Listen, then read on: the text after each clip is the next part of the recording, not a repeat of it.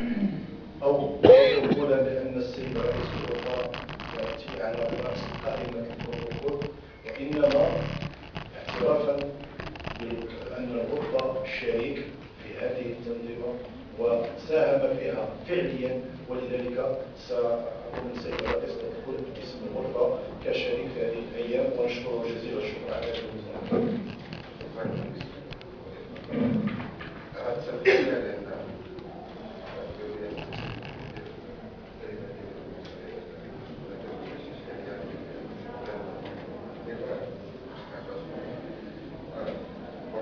Monsieur le représentant du ministre de l'Emploi, des Affaires sociales, Monsieur le directeur régional du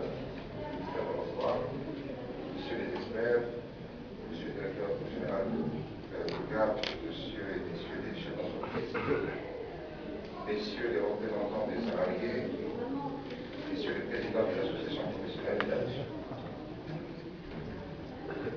C'est avec un réel plaisir que nous accueillons au sein de notre institution l'État d'Agadir concernant les journées régionales de sensibilisation sur les risques professionnels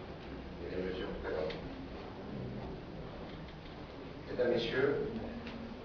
je tiens à rappeler que le thème de cette manifestation s'inscrit bel et bien dans les préoccupations de notre institution. Dans la mesure où là, nous considérons la promotion de la santé au milieu du travail, à travers la prévention des risques professionnels, un réel enjeu d'ordre économique et social, et qu'une véritable culture de prévention et de santé au travail s'impose à tous les niveaux. Certes, notre pays a entamé la mise à niveau de son arsenal législatif et réglementaire afin qu'il soit conforme aux dispositions des conventions internationales en la matière,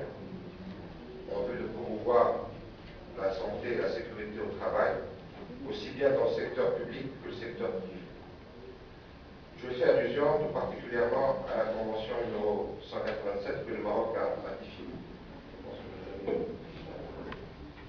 Je salue également la publication en bulletin officiel de la loi 1812 relative à la réparation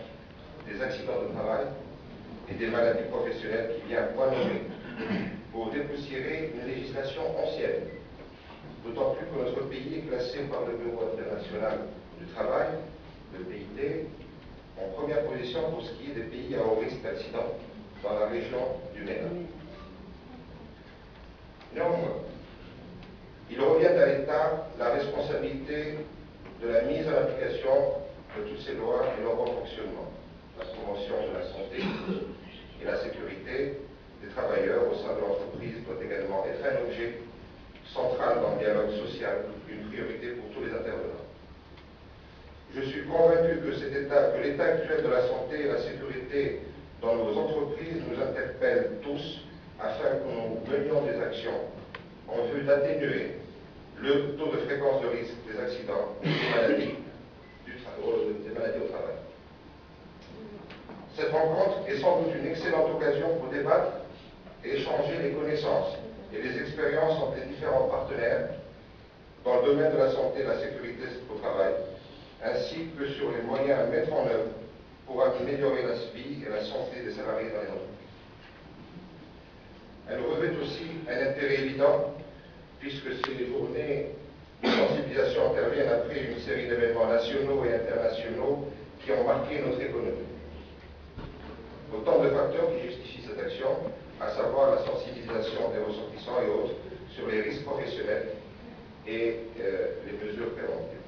Enfin, je prends plaisir au nom de tous les membres de la Chambre à saluer la présence de plusieurs opérateurs économiques qui ont répondu présents à notre invitation. Leur présence confirme et illustre mieux l'extraordinaire capital de confiance et de compréhension entre notre institution et son tissu économique. Encore une fois, je voudrais m'excuser pour le